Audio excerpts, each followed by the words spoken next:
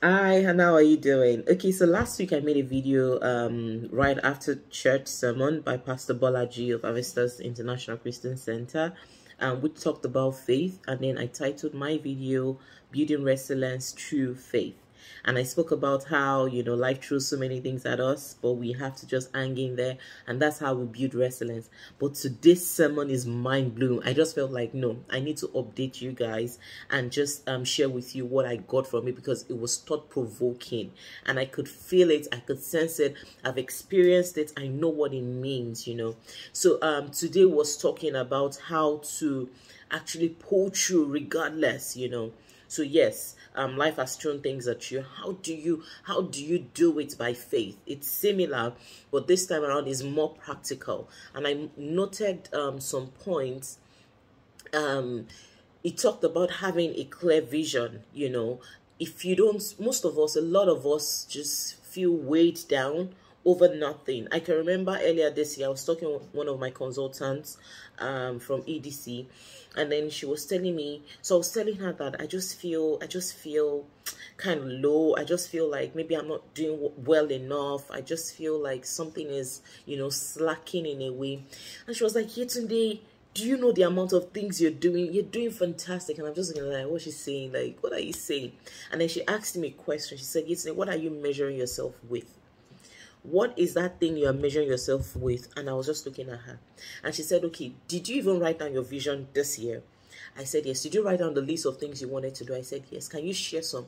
And I shared them. And I realized that I've done most of the things I actually wrote. She was like, so Yetine, what is your problem? And then at that point, I just realized that Yetine, I think you're being too hard on yourself. But I get that. I understand that feeling, like that means that you want to do more. But the question is, did you write down that vision?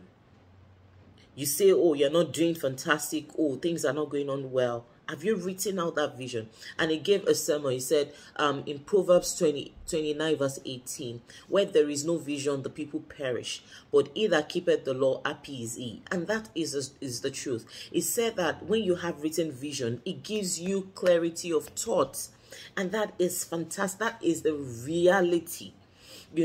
And the Bible also says that when you write your vision, make it clear, make it simple.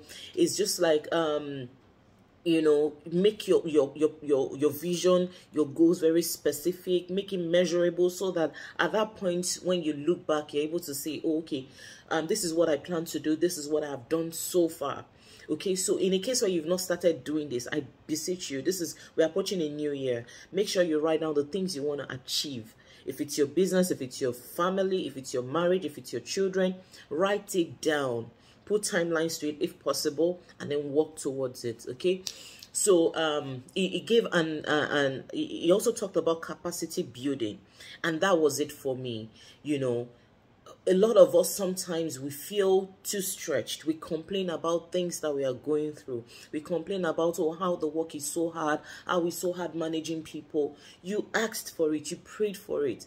I remembered few years, like 2 years ago, on my birthday, I cried to God. I told God that, you know what, I am tired. I feel like I've been in one spot for too long.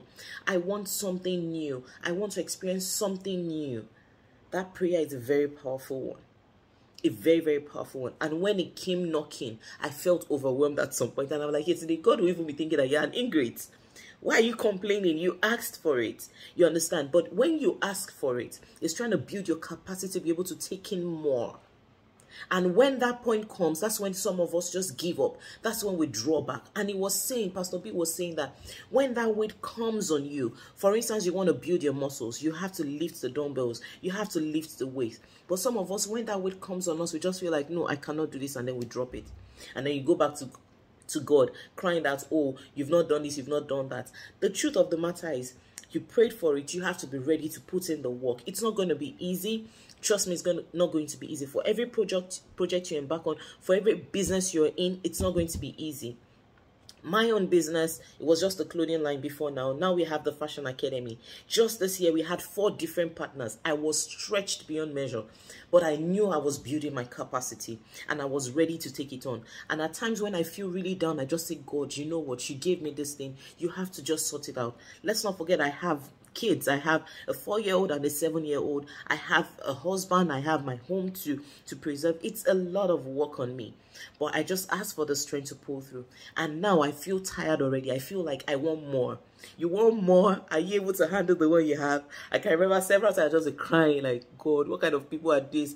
I had issues with managing people, but I knew I had to build my capacity. I knew I had to start getting the right people to fit in the role. Your chosen is no longer the brand that you're just taking people I'll train them on the job. No, we need capable hands. You know, we need to build people as well.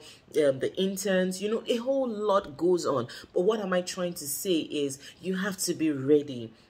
Okay, and it's only faith that can help you scale through. All right, so at that point when you pray for so much and you're having that much and you're feeling overwhelmed, run to God, your creator, run to God, your maker. It's the only one that can give you clarity. It's the only one that can help you. Okay, so I just thought to share that. I wrote some other points down. Hebrews 11 verse 1. Now faith is the substance of things hoped for, the evidence of things not seen. Speak it into existence. Stop complaining about it. This applies to me as well. You know, there was an application I saw for a grant, and the requirements were so hard. And deep within my mind, I was thinking, will I be able to do this? Will I be able to do this? If I have this kind of money, will I be able to pull through? You know, and I just knew that, see, whether I like it or not, I have to.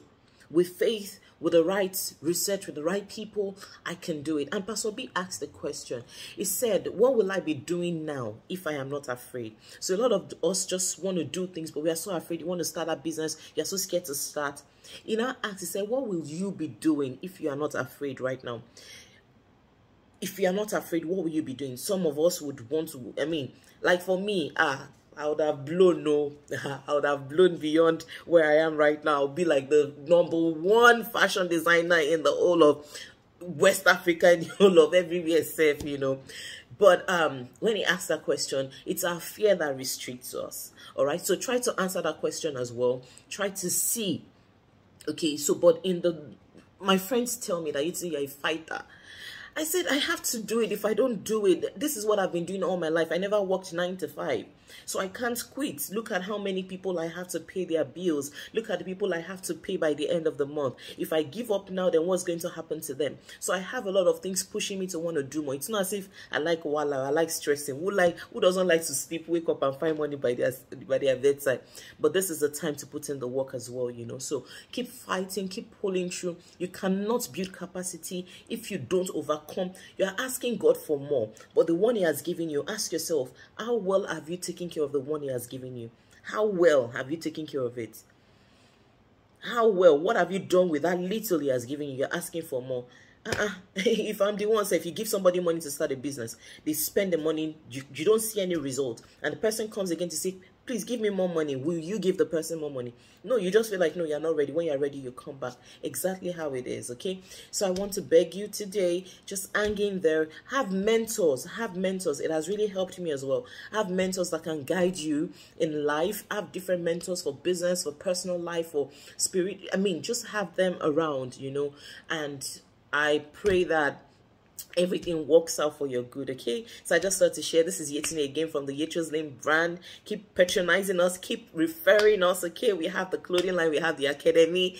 Talk about us, okay? God will speak to you to talk about us in the right places, all right? Take care and have a good week ahead. Bye, cheers.